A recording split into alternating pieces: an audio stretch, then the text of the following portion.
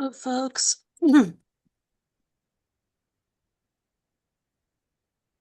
Since our last meeting, I learned you can make nice templates in Google Docs that let you do like the template for the meeting notes, so it doesn't have to be at the top of it. You can just do the template when you make the next meeting.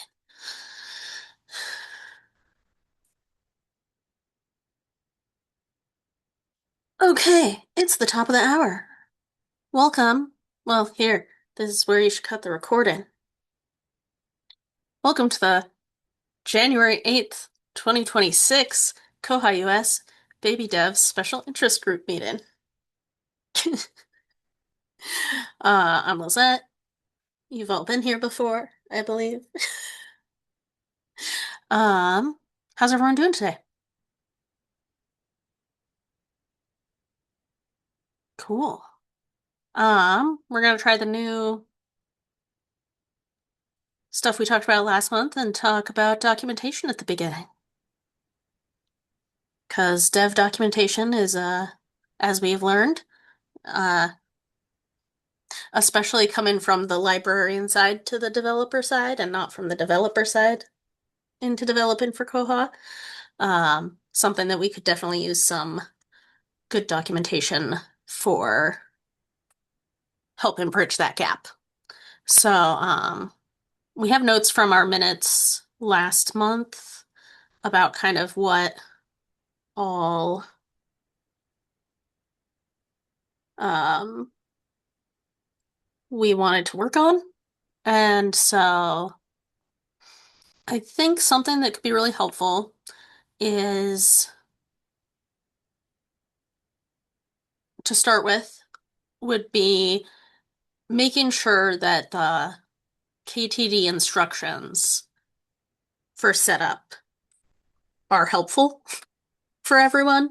Like, I know that there's some stuff that we've talked about at various times about that, like, oh, we should update the setup instructions for KTD so that it has, you know, this, like, none of the Windows stuff is in the KTD actual Docker. That's like Windows specific things. Brendan has it on his. Um, but especially because we have a Koha community bug squashing week next month. Um, Making sure that that documentation is well updated, I think could be a good starting place. I'm seeing lots of nods, so I'm Yeah, I followed Brendan's instructions the other week just to work through on Windows. So and I muddled my way through and got there. So um so it was pretty set me on the right track. So yeah, so now it's pretty good. Um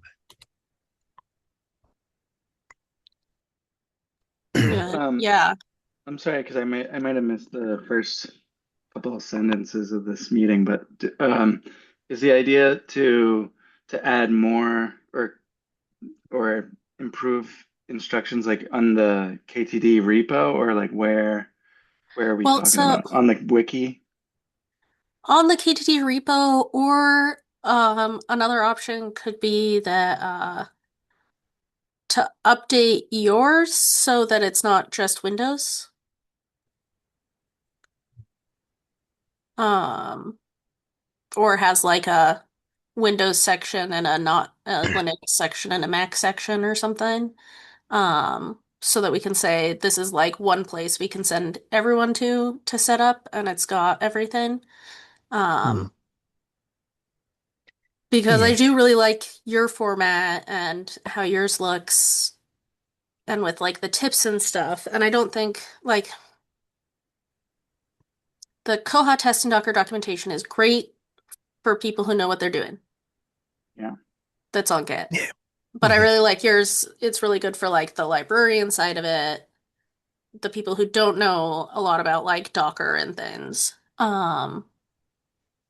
And so having like it all in one place that can for whichever versions I think would be really helpful. And just because like I know that when we did set up, when we've done setup in the past on Linux and Mac, um, like we set up Jesse's at KohaCon in November, and we ended up having to message Tomas because there were like things not working right from when we followed the instructions. And so just like making it clear what those little extra steps might be if something goes wrong, and just having one place that's like, this is like the starting guide. Yeah. Yeah. I have to apologize because, yeah, I've been working away on I guess, Koha developer documentation plan, and not being a developer, I was struggling a little bit, uh, but I'm sort of leaning to the point, as we discussed, everything's all over the place. So whether it's in the wiki or we have a developer doc site, which I think that's what everyone else has these days. Docs as code, whether it's markdown or restructured text or something, then having all of that stuff in one place and having a developer documentation portal. And obviously here we're focused on getting started and beginning and all the fundamentals. So that the plan at the moment is leaning towards having something like that, and obviously our stuff would slot in there. All of the, getting it installed on Windows and Linux, and rather a README. A README is not really documentation in my view. So it's a good starting point. It's better than nothing, but it's so yeah. So I have to apologize. I was trying to tie everything together into a plan, and then I was also trying to do, all that we we came up with a whole lot of topics. Um, and so I just tried to do a sort of a task analysis and then turn that into some sort of learning plan, and playing around with AI stuff to summarize everything. Um, so in terms of, yeah, I think, sorry, Lisette, I think you're right. Having something for at least so we're ready for the global plug squashing day, so people can say, hey, follow these steps. The step-by-step guide with whatever platform, and work through. So I think that's a good thing to concentrate on today. But yeah, to come back to the discussion point, so I was sorry, I'm going around in circles. I think it should be in one place, and a Git repository, and whether so I think it's a bit wider. All the stuff we're talking about is a bit wider than just KDD. So if we, yeah, so I just think, yeah, it should all be in one place, and Yep. yeah, and then end up making a nice documentation portal. Whether we have that ready for then, I'm not sure, but I've just been working away on it all week, so yeah. Because of limited time, I was thinking like we don't really have time to like pick pick a portal and get it set up because there's like a lot of different options for developer portal, different markdown flavors and stuff. And so I was Yeah. thinking that maybe for this thing for right now, we could maybe try and do some updates to Brendan's existing site if he's cool with that. It's stored on Git, so anyone could do pull requests. And do like a page for each, maybe like a getting set up Windows, getting set up Mac, getting set up Linux, and then or if there's different, we can, I don't know if it would be easier to do a different page for each one or to do one page and in sections when there's different things, say this is the Windows way, this is the Mac way, this is the Linux way. Because then we're not like recreating it in three different places. Yeah, I think I'd be more than happy if anybody wants to do a pull request there, or even just like send like this is the instructions for Mac or Linux, and then I can add that maybe. Mhm. Um, Either way, I do like the idea of having like one guide, but then having a kind of what do you call those things? In like a like an accordion, you click on it and it opens up. So it'll be like for Windows, click here and it would open up Yeah. the instructions for Windows. Then you go to the Yeah. next step and it would have like a accordion for each Sometimes, yeah, setup yeah, either accordion or a tabs. Sometimes they have tabs, or tabs. Linux, Yeah. Linux, Windows, yeah, because in theory, the steps should be the same. There might be some Mac specific steps or Windows specific steps or um but yeah, but yeah, Windows has got a whole extra section on really on Windows subsystem for Subsystem for Linux, which Linux. is Yeah. totally weird if you've not gone through it before, even if you Yeah. so so in some respects having a overall guide in one place is good, but then yeah, and I think there's probably some specific things for Mac that are different and Linux is Hmm. different again. So in an ideal world, you'd have a step by step for each one, but there's a whole lot of common steps for every single one. So even if for Windows setting up WSL, you branch off to another page which says this is how you set it up for that, Hmm. because that's unique to Windows. Windows. Yeah, Hmm. and I'm sure there'll be some things unique to a Mac, or I don't know what their them was. So, Yeah, Mac's default, so on Linux it's bash, but on Mac it's like Z bash or some ZSH. Um, and so some of the like getting the aliases working is different, I think was the main thing on Mac that was yeah, yeah, really and unique on to all. Linux, I think it's still the case. You can't use Docker desktop. You've got to use the Docker. Docker Compose, yeah. Yeah, you've got to use the full thing. So yeah, each of them have got their unique bits. So which And also which now make I haven't done it yet, but somebody had mentioned now in even within Windows subsystem for Linux, you can use the Docker in there instead of using the desktop Docker. So there's like more than one way of doing everything. Oh yeah, of course, but because I think the starting point is to have all the common steps in one yeah, thing, and then branch, having separate pages for um, or the tabs if it's specific. just like this specific command is a little bit different. Yeah, yeah, have the tabs where it's the same step, but it's just slightly different in each platform.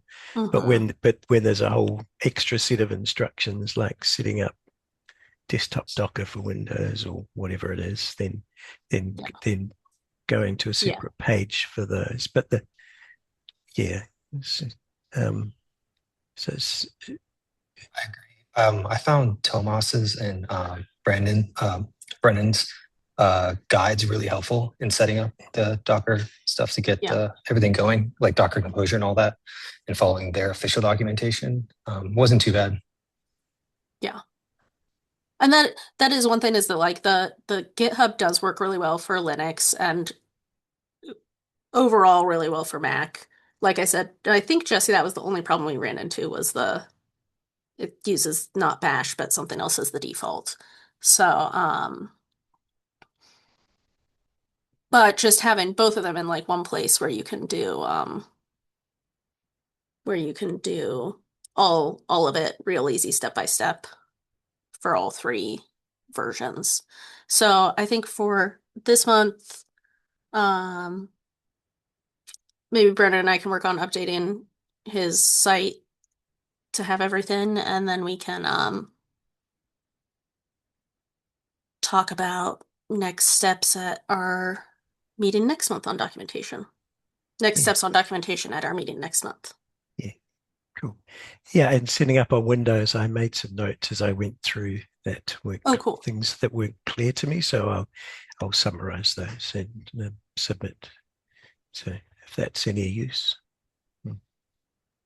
Yeah, That'd be definitely helpful because it's been a while and things always kind of change, little things change. Technology never changes, does it? It always stays the same. Cool. Okay. And then I guess for the for that with Jason and the koha-US, the cheat sheet for KTD is really good Oh as yeah, and maybe we well. can like link to that on the thing too, because that would be helpful. Yeah. And do we want, so as someone for the bug squashing week is the plan to help have a session on setting up KD or questions and answers or troubleshooting, or Yeah. work through it, or how are you going to Yeah, plan so that? If that was a plan for that.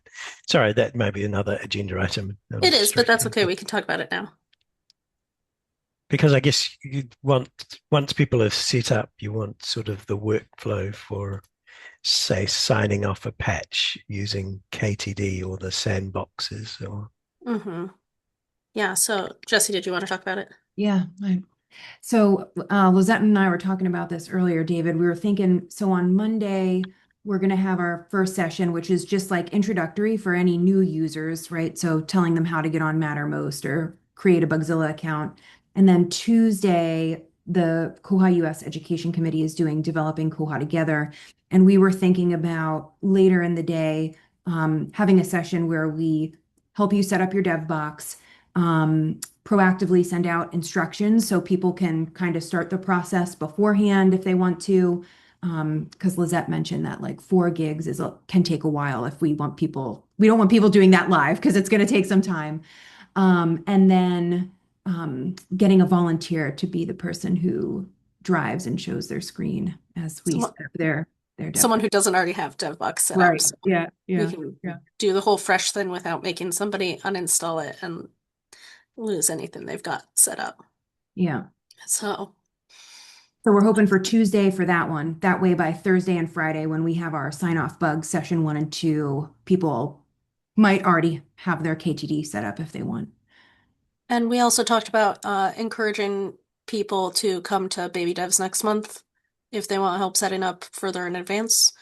So we might do that first. So do the KTD testing first and put documentation later, so that if we have people who want to show up to like start the process before bug squashing week, we can help them with KTD and then do the rest of our meeting after.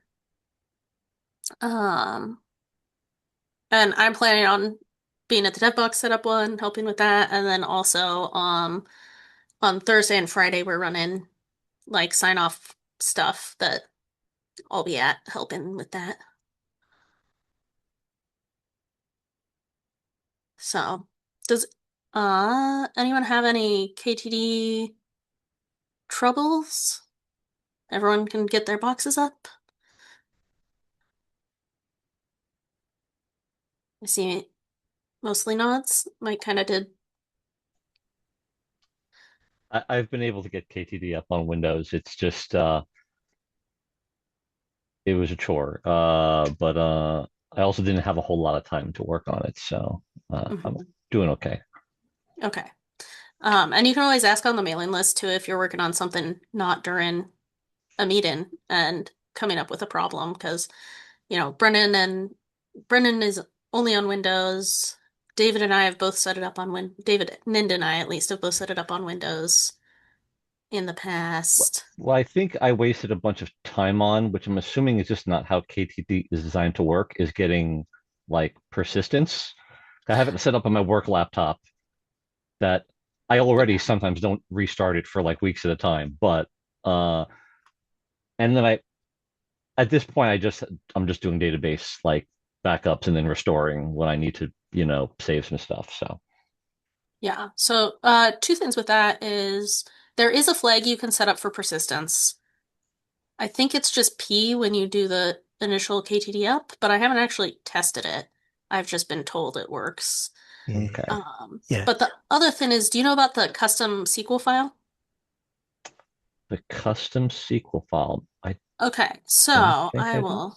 This is like my favorite thing that I learned at Koha in Montreal, and now all the time I'm uh telling people about it. And I was watching So, the old videos and I was like, how are they doing that file? I need to get this kid clamp stuff down. yeah, so let me share my screen in just a second. Uh, is that one? It is. I was going to say I have got database persistence working, and I'll find my instructions that I wrote.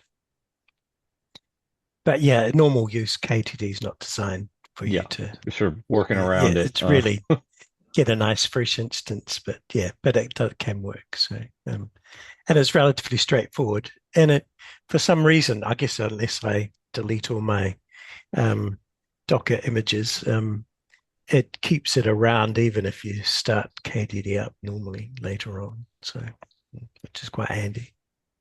Yeah. So anyway, I'll find my instructions and I'll share them. Oh, awesome. So in Koha, you can make a folder called shared, and I think you have to add it to your git ignore, maybe, for it not to like show up all the time trying to make you update it. But if you do a custom SQL where you can just do a bunch of commands, so like this is set minimum password length to 3, don't require a strong password, enable the advanced cataloging editor, turn the ILL module on, turn all the logs on, because I always forget to turn them on when I'm testing, and then I'll do something, go look at the logs, and it's not there, and I have to do it all over again. Turn on the API credentials, add emails to a couple borrower numbers so that when I'm testing notices, it actually makes notices. All of this is for when I was doing local holds priority. So it's like make some library groups, set some borrowers to different branches, set some holds, make an ILL request, turn on the transport cost matrix, more Cool. holds, Yeah, and I've some been transport cost stuff. like I wound up getting it working with a local instance of MySQL Workbench, and Mm-hmm. so I just like been saving different database backup files, and it's like my laptop's pretty quick, so it kind of just restores the whole database pretty quickly. So Yeah. uh, it's been But then, working pretty well. but if you do something like this, it runs every time you go up with the new system.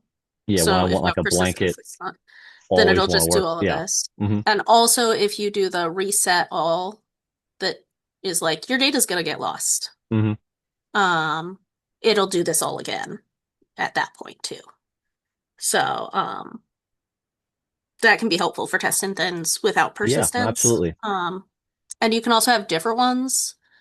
I think Brendan, were you the one who was talking about that you had it set up with like different ones you could check out for different setups? You're muted. I made the in that shared folder, I made that a Git repo.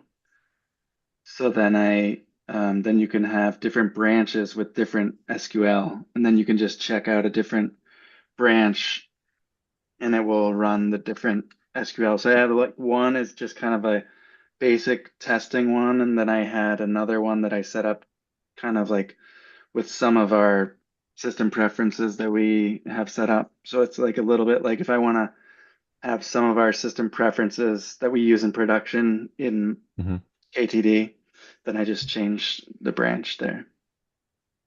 But I haven't really got too much into the weeds of it, but it's pretty helpful. Also, I think the benefit of like using SQL like this to manipulate the some stuff is if you're writing like a test plan and there's like certain conditions that you need to have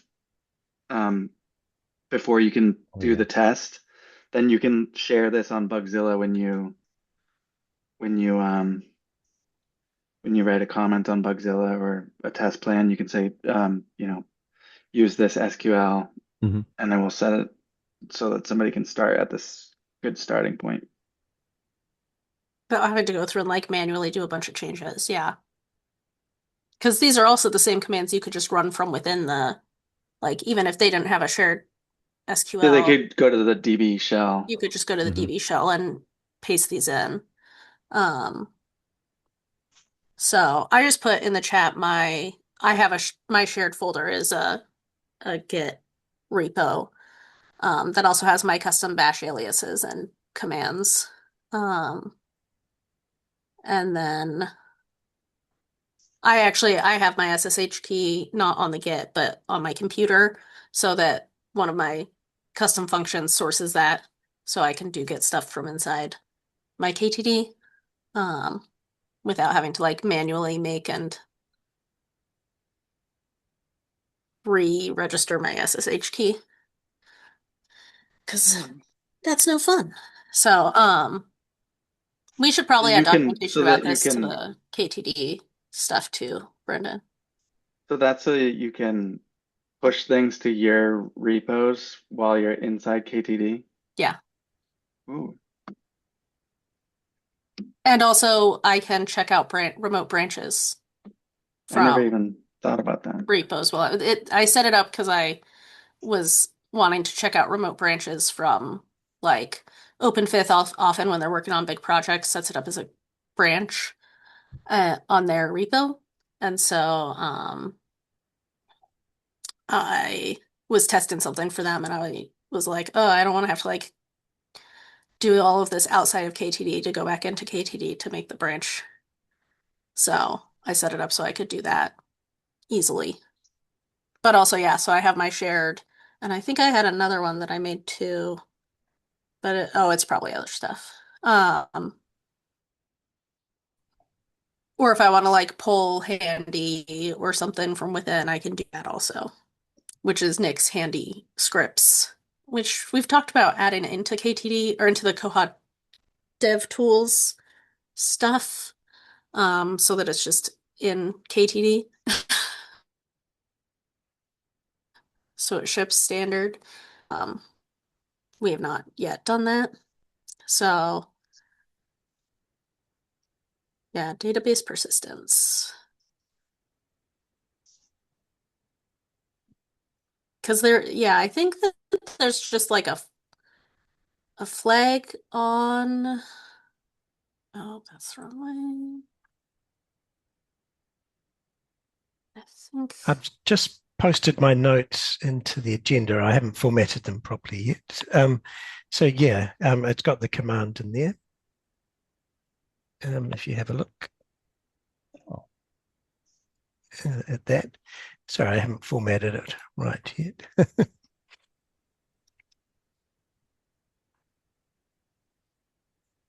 Oh yeah, persistent.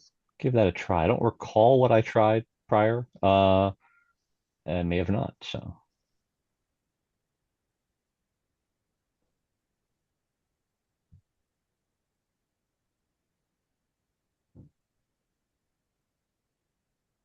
Oh, it is nice that it's each time you start specifically with database persistence, it like that you can use a fresh non-persistent one in between. Yeah. That's handy. And also goes kind of well with the Git work trees. Which was so there were 2 advent calendar posts last month that I just wanted to highlight Git work trees in multiple KTD instances, which is like a way to set up different branches easily so that you can it can make it really easy to compare like main to 2411 or whatever. And it basically just makes like let me open up my files again. So I have koha, but then I have, this is my snippets work, and it's just like a whole other, this is my snippets work tree. And it has the whole koha in here, and I copied my shared in again. So I could have like with proxies, which are talked about in the get work trees and multiple KTD instances post, I could have like 2 separate KTDs up to do comparisons live. Or what I often use it for is I'm working on snippets. It's a lot of stuff. So I do all my work for that in there and don't have to like go back and like just stash my changes and go back on the other one. If I need to test something else or whatever. So that's helpful, but still trying to remember to do it regularly. And then also Tomas's new Perl get BZ, which is just a nice he rewrote the get BZ commands in Perl, so anyone who can do any Perl editing can contribute, but also just did some nice improvements to how it looks. Okay, that's not Is this the default now, or is it? I don't think yet. How do you? I still couldn't figure out how to use it, even though I asked. So. Oh, so far what I've done is I just use the command, the whole path, which is like koha devbox slash perl Oh, get right. bz slash bin slash get bz, and then the commands. I did set up one of my one sec.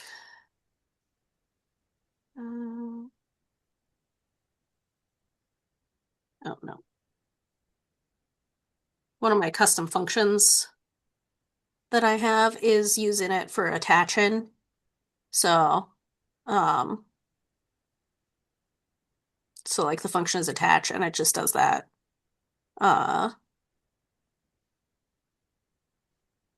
But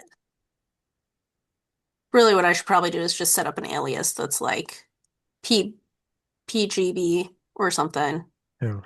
And so similar to what we used before, if you do that, yeah, get dash BZ with the full path, then that'll work. yeah. Okay. So yeah, probably would be easier if I just set up an alias that was like PBZ or something that did it, that just did this, and then could do the commands as usual after. So that's what I've been doing.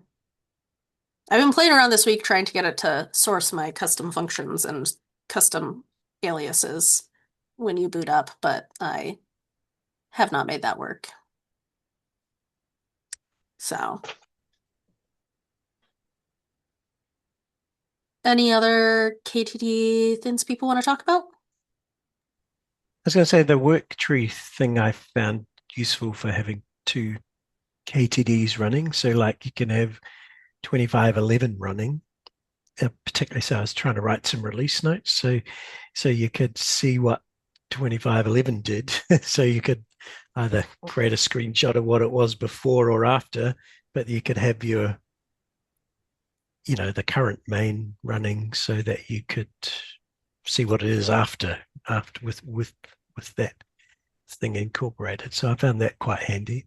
And certainly for when we're doing documentation, having the specific, the latest stable release running so that you're not doing it off main where things may have changed already. It's not too bad at the moment because they're mostly bug fixes rather than UI changes or anything. So that is really handy for that.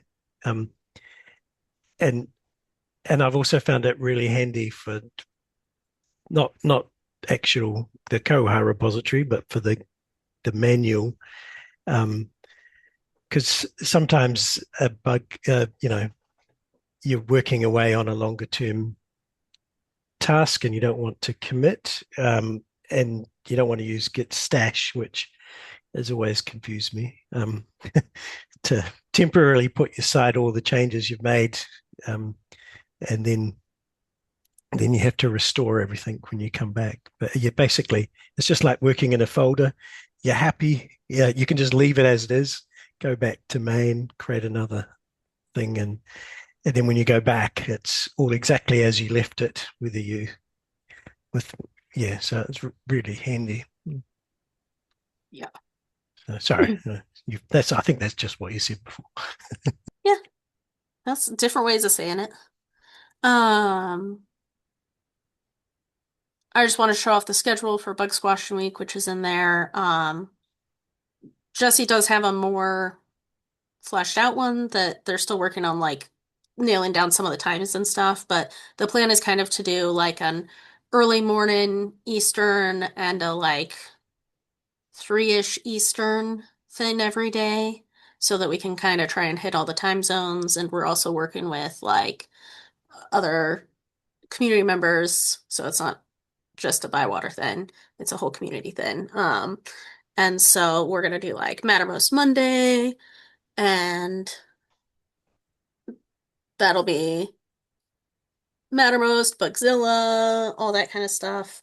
Um, Tuesday we'll do the Developing Koha Together forum that koha-US is running, which this year is from the librarian's perspective. Last year we did from like the dev side and librarians could ask us questions.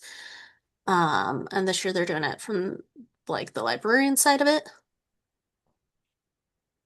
That's pretty much all I know about it. And then we'll do the KTD setup that afternoon. Documentation on Wednesday. And then Thursday and Friday will be sign-offs, and we're gonna do like two or more sessions. Same kind of thing, morning and afternoon for all of that. Um, if anyone wants to come do that or help out at that, feel free. Um, so lots of good links there.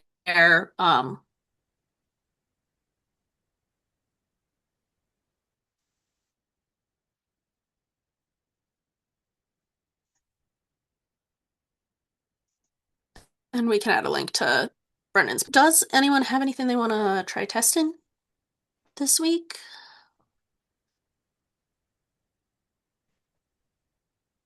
Or any questions about a bug that they tested or wanted to work on something?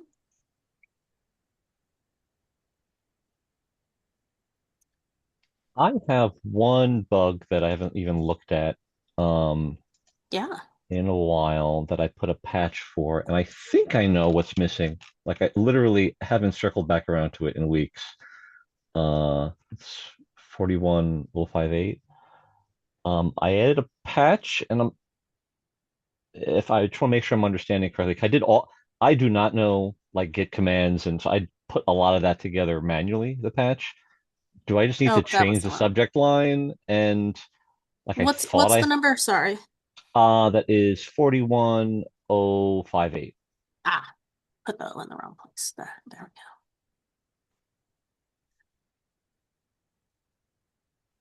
Oh yeah, okay. So we have see, and this is one of those things where it's like, where is it?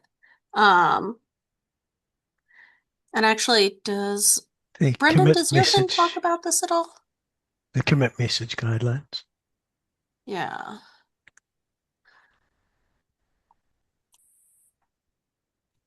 So there's Yeah, that. because I noticed the QA script's got started. Well, it's got a little bit smarter in it. If you run the QA script, it'll tell you that it doesn't start with bug XXX in a colon. Yeah. Yeah, so like what I usually do if I'll just pretend I have a patch. Do I have anything that's been changed in here? Yes. Okay. So you do like git add your file, and then you would do, because I want to use the oh wait, git commit dash E to edit it. And then you do something like bug 415058. I don't know why I really want to put the 5/3 colon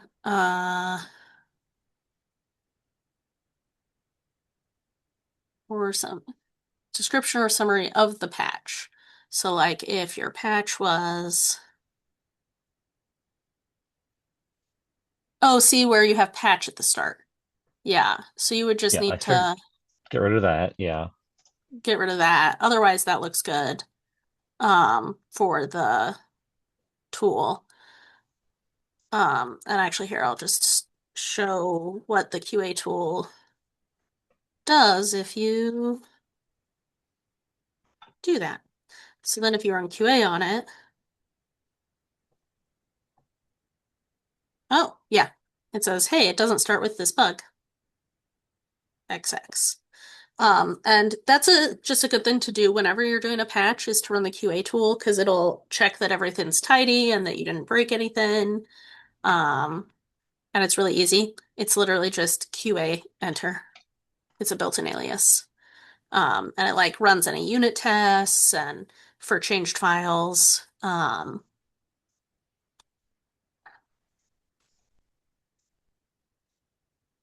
am seeing some uninitialized value thins that I don't normally see. That's interesting. But I always run the QA tool before, well, I try to always run the QA tool before uploading, because it can help catch that kind of stuff. So, Gotcha. Yeah, I need to learn more about like the command line things I should be running because like once I got to the part of making the modification, I like downloaded the patch from the GitHub website and then like edited it manually, like just to get okay. it up. So Have you seen Jason's quick reference guide for KTD? possibly, if I've looked at it, it has not been in a while. Okay. So, oh, cool. So this is helpful because it talks about like, here's how to sign off Mm. and um here's how to, yeah, I guess here you could also just do git commit and then get, when you do the attachment with the E flag, you can change the title there. Um, and that would Do do you it.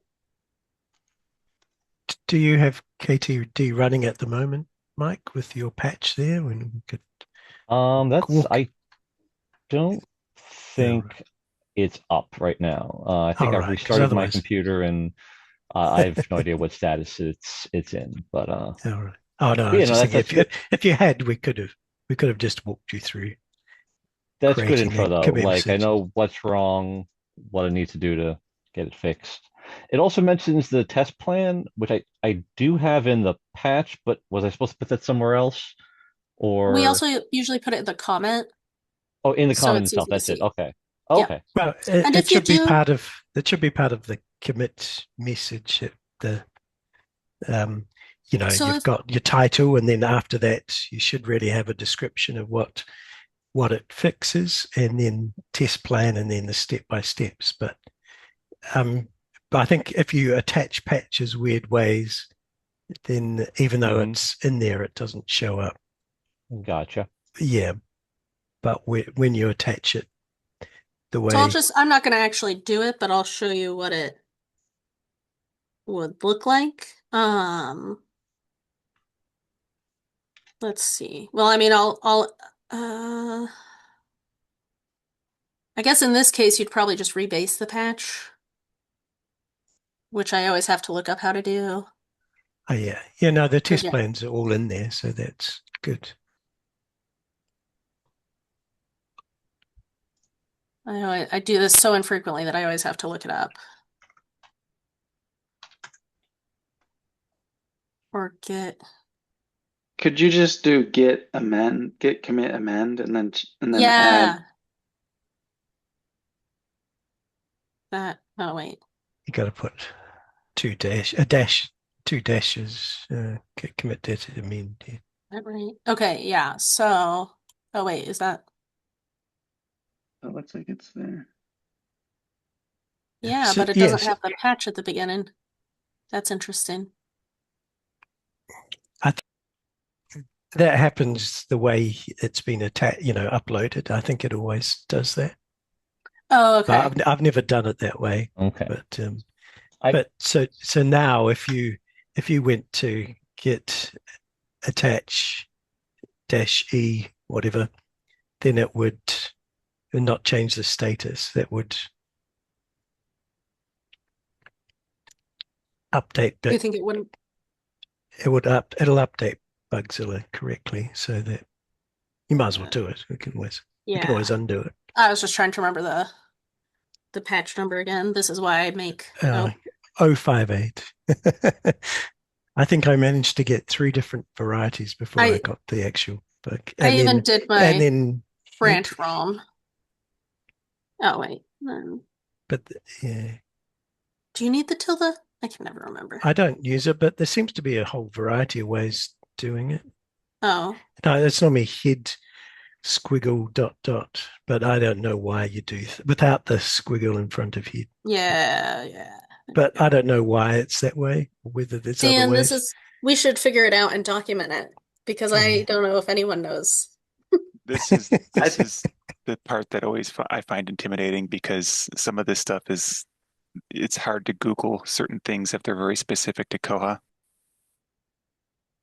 I think you can just write head if it's a single commit, but you need the tilde if it's more than one commit. Oh yeah, and see here the commit. Okay. It doesn't have the test plan. That's weird. So we will go back to our bug, which is here. Nope, which I went away from.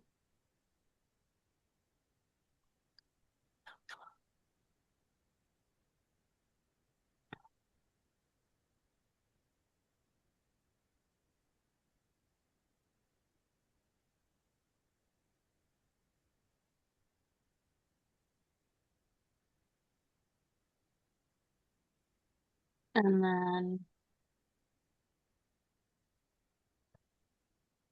really the title's quite long. I think it should be shorter than that. Okay. That's the bug title rather than the actual patch title, which is assigned timeout ID.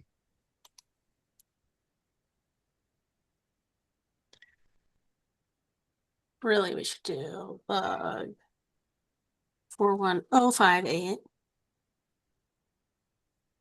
Assign timeout.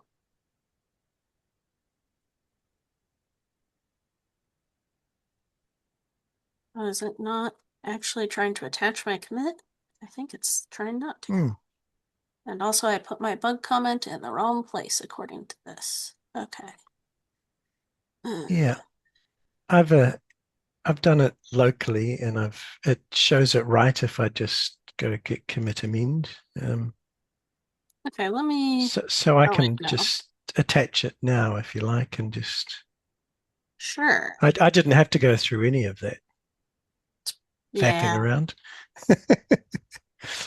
I'll see what it does. I could screw it up. Get bz attach -c. Yeah, it should. Oh, that's interesting. I definitely commented everything out, deleted everything, so it shouldn't have attached.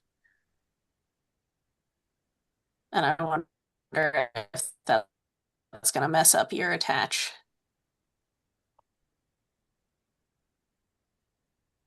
Oh no, okay. So the only problem with failed QA was that it didn't have the patch, I think. So I'll just change the status to need to sign up. Oh, you did it. Yeah. Or to sign, because wasn't it? Oh, sorry, I've just updated. Sorry, we're working at cross purposes. If you refresh it, I've updated it. Yeah. So, but yeah, I didn't have to do what you did. So if you scroll down the bottom. So we should obsolete that other one though, Yeah, definitely. which we can just do from here, right? Or from here. And we can, right? Or do we have to obsolete it from the comments where you attach? I do it from details. In the top, you go details. I don't know whether there's a quicker way. And then you go edit details at the top. For some reason, when I clicked on details, and then you go obsolete there. Cool. But now, right at the bottom, that's showing. Sorry, I was doing. You'd already done it, so it was Yeah, that's okay. all there. But so now the QA tool won't fail it. So cool. Yeah, no, the QA script's happy, so.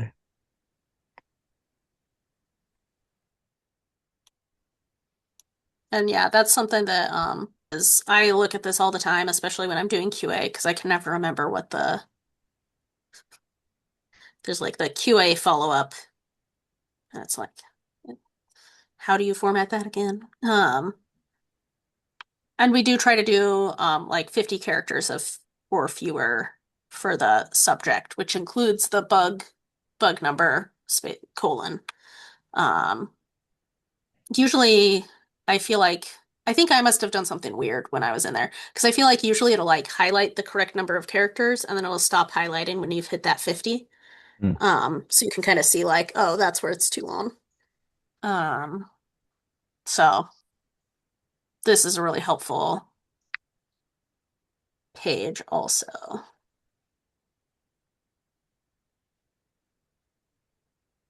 And Mike, do you know about the dashboard? The dashboard. So there's the Koha community dashboard, which is just dashboard.koha-community.org. And it's got like, wow, that's a lot of bugs that need triage. I think I have seen it once and I forgot about it. And it just can be cool. helpful for seeing like what's going on, but you can also oh,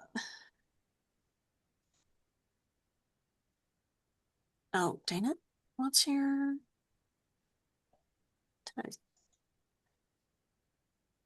Oh, it's because you're Michael on here. Okay. Everybody has their own dashboard too. So you can see the status of your bugs at a glance. And that can be really helpful.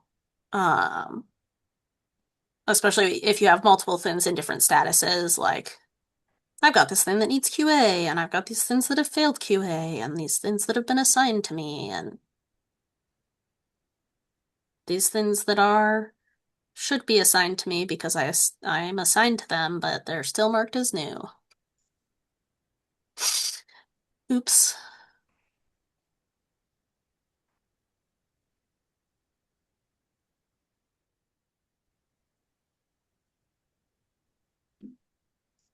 So that can just be helpful for seeing kind of what's going on.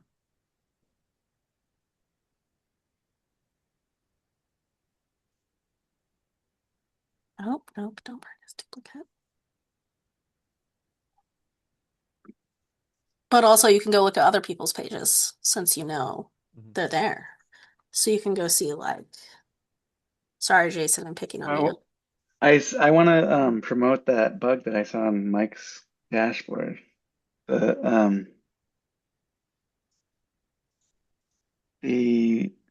first one there under needs QA. If we can get anybody that can test that also and sign off on it, then Bywater said they would do the QA. I think Andrew said they would help with the QA. But this is thank you, Andrew. Yeah, it looked pretty straightforward. Should we change that from although it was signed off, but should we change it to need sign off? Because I think like it gets lost in the mix. Yeah, that's not unreasonable. But yeah, does anybody in this meeting want to sign it off real fast? Yeah, we could do. Does anyone have their KTD up?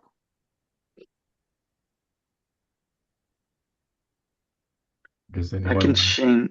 can change the status now so that it changes status.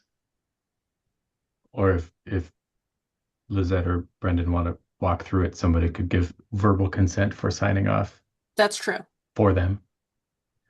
Brendan, do you want to walk through it since you've done it? Oh, I don't have my I don't have Yours isn't everything up. set up yet right now. I've been kind of busy with a lot of stuff, so I haven't been in recently, so I probably have to do a bunch of stuff. Okay, so While Lisette pokes that, I put in chat. I did eventually find something that reminded me what the tilde means. So head tilde and then a number means the commit that many spaces back from head. And I think the dot dot is and everything forward to head. So when you say you attach head tilde to dot dot, it's the commit to back and the one back, like everything from there forward to head. So you grab all of them at once. And that's useful also when you do rebase. If you do get rebase dash I head tilde however many commits you want to change the order of or combine.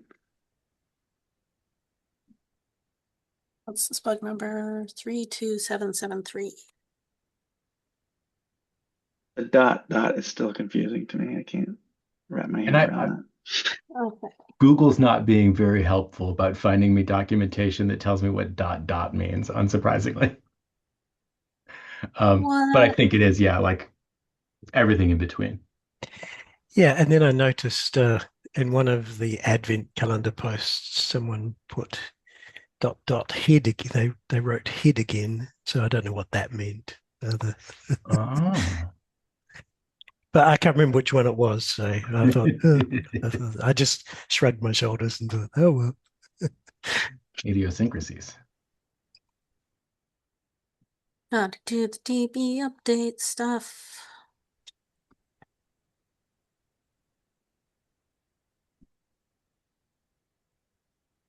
I feel like this is the thing that takes the longest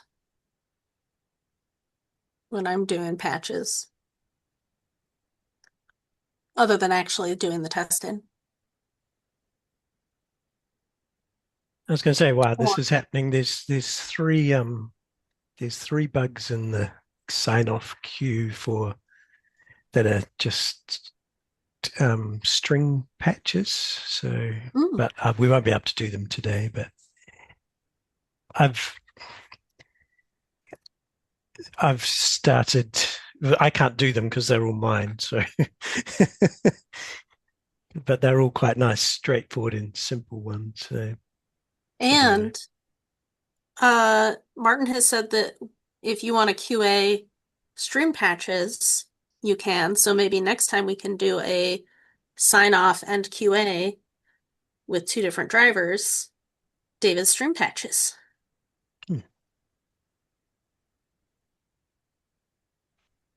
Yeah, and string patch, the ones that I've done are normally, this word's wrong, and so it just fixes in that. So it's not changing it's within my capabilities. It's not changing the code to do weird and fancy things. It's just changing what's displayed on the screen. Yep. Oh, check some. Did I do that in the wrong order? Am I supposed to do update database first?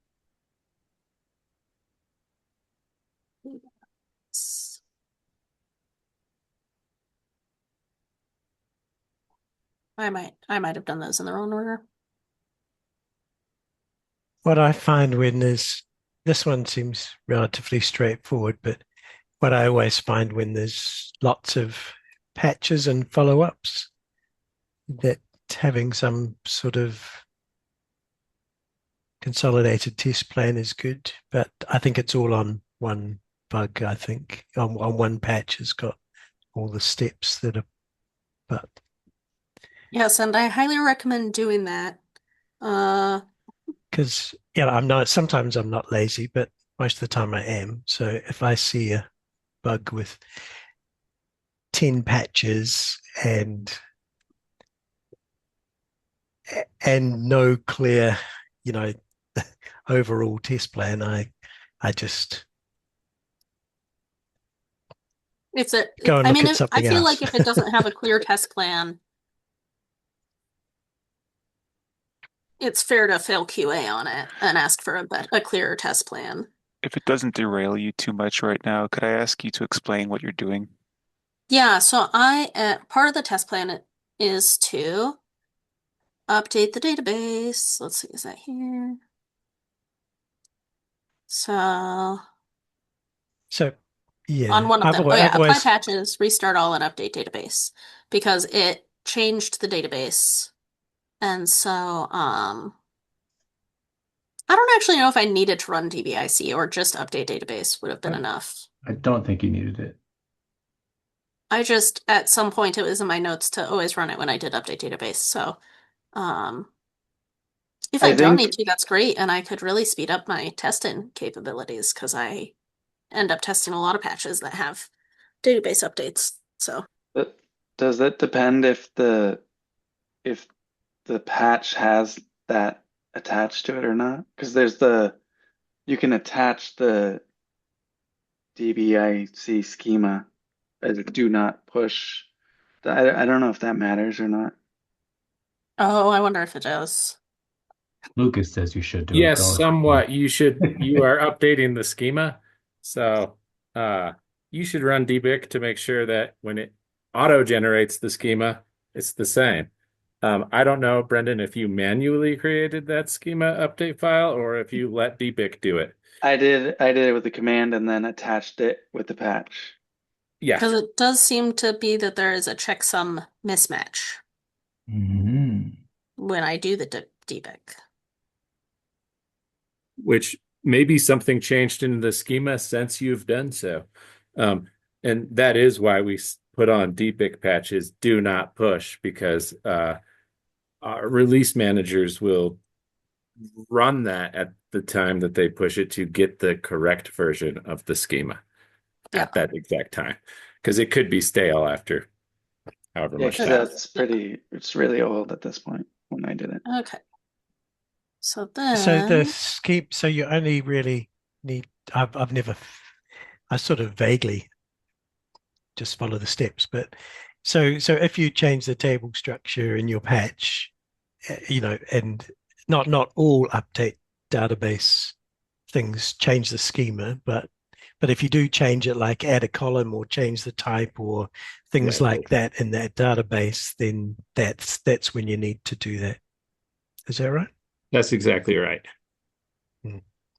Whereas some database updates, they just insert a new value, which is fine. You don't need to run dbic then.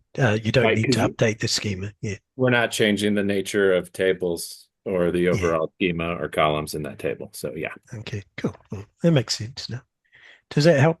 Because I was wondering what it was all about myself. I just follow the instructions. someone strike that down so we can add it to our But sometimes documentation. I think one of those things we were discussing about the documentation was, but why do you do this? Yeah. When you've been around for a while. Yeah. Can someone add that to the notes? Because you do. Yeah. Yeah. Is Okay. dbic a koha specific thing, or is it just general to Is it a shows my Perl ignorance? thing or Or yeah, something is it to a do with? It's a Perl. My understanding is a Perl module that basically maps the database into objects that you can use, so that you can write a line of Perl to set something in the database or search for something, Yeah. search for a column. Yeah, coming at this from the point of an absolute novice, sometimes it's a BZ command, sometimes it's a KTD command, sometimes so it's a little like I know Linux shell stuff, but I don't know the stuff that's specific to all that. Oh, and I guess in that sense, I guess the DBIC command is sort of specific to KTD. It just helps me know where to go look for documentation, basically. I'm a slow learner. I need to absorb it slowly. But I think you're right, Brendan, that the command dbic is a KTD alias, is the thing that KTD knows how to do.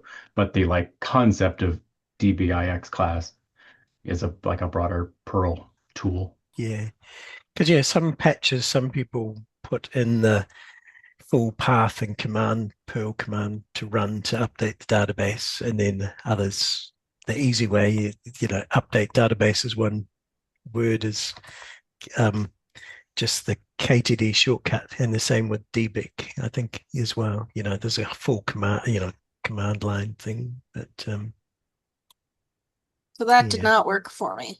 Yeah. When I went to, so framework code is fast add, but if I try to change it to inner alone, which is the first place I have the option to set the framework, it gives me this. And you have I guess that's a permissions. Well, and you're a super librarian, right? Nope, I'm Henry. I send in it, so I set up Henry. Wasn't that with Henry just the has fast add. fast add. Yep. So maybe another permission change. So. Yeah.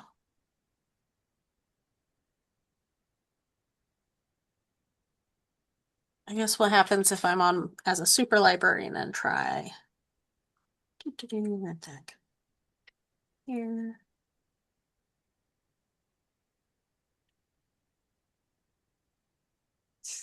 So I can also do fast cataloging from here. Oh, I wonder if it's because it doesn't have anything. I made the framework, but I didn't actually give it any fields. Oh yeah, I think it's easiest to use the frameworks that are already set up, and I exported and then was going to import, but I forgot to actually do the import. Which seems like it could be a very niche bug. If it tells you you have a permission problem and really your problem is your framework doesn't have any content. Yeah. But be one of those, nobody's going to run into this in their daily course of life bugs. Yeah. Until you go try to set up a framework and you forget to do something.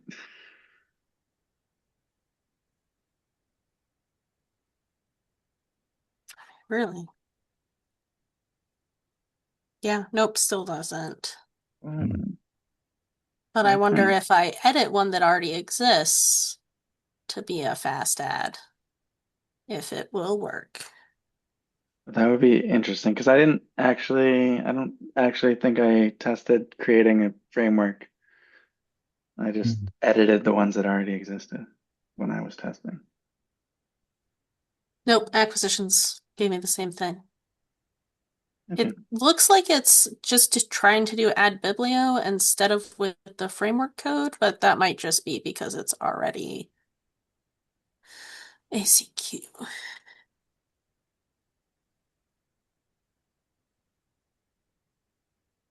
Well, that's a good sign. It might be that the settings link is that something broke in that. Nope. The link okay. could be broken. No, because if I just replace it with the thing, it still did it. It just took a lot longer. Okay, now I should change the status to failed. Yeah, so I'll go failed QA it and There's a small problem I'd like to point out too, Brendan, with how you've we normally ask for all the schema changes to be in a separate patch. And that's because what I had just said, because I don't take that patch, or the release manager doesn't take that patch. But you have that's all right, except for your very last patch called corrections. It has some schema changes in it.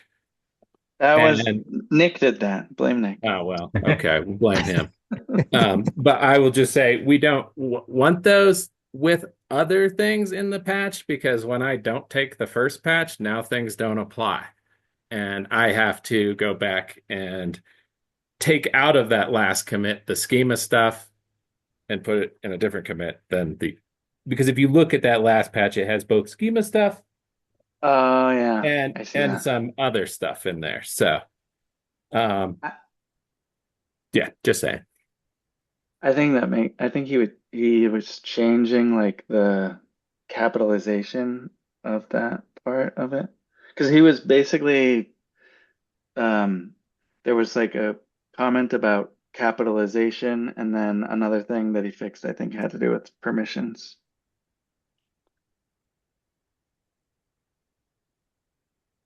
Yeah, and looking at it, it looks like there's only one schema change, biblioframework.pm. So that just should be moved to its own commit with a Okay. do not push.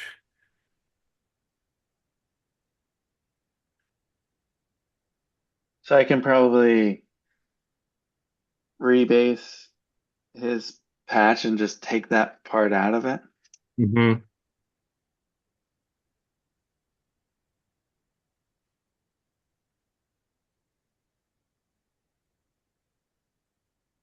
I think you can, let's see, you can apply everything, then get reset soft on that file. It'll pull it out and then just add that and get new commit.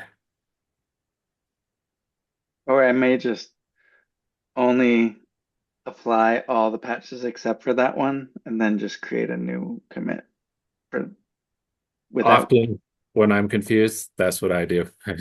Yep. just forget about that one and then do a new one.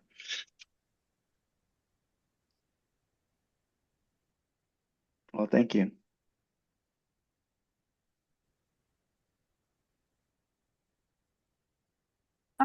David, for our next meeting, if you have any string patches when I send out the reminder, will you add them to the bugs to work on section? Yep, there's a I'll put in a link to there's a Bugzilla query that just shows Oh, up that's just string all patches. the Yeah. ones waiting for QA that are string patches. So I'll add that to the agenda. Yeah. I've got plenty more to create. So if anyone wants some easy bugs, because yeah, I've been updating parts of the manual to do with system preferences, and there's lots of there's sorry, how do I put it? There's some improvements that could be made to some of the system preference descriptions, so to be a bit more consistent. So I've got a long list of small bugs to create. So if anyone wants some easy bugs, yeah. But yeah, I'll add it. And that's it. Thank you.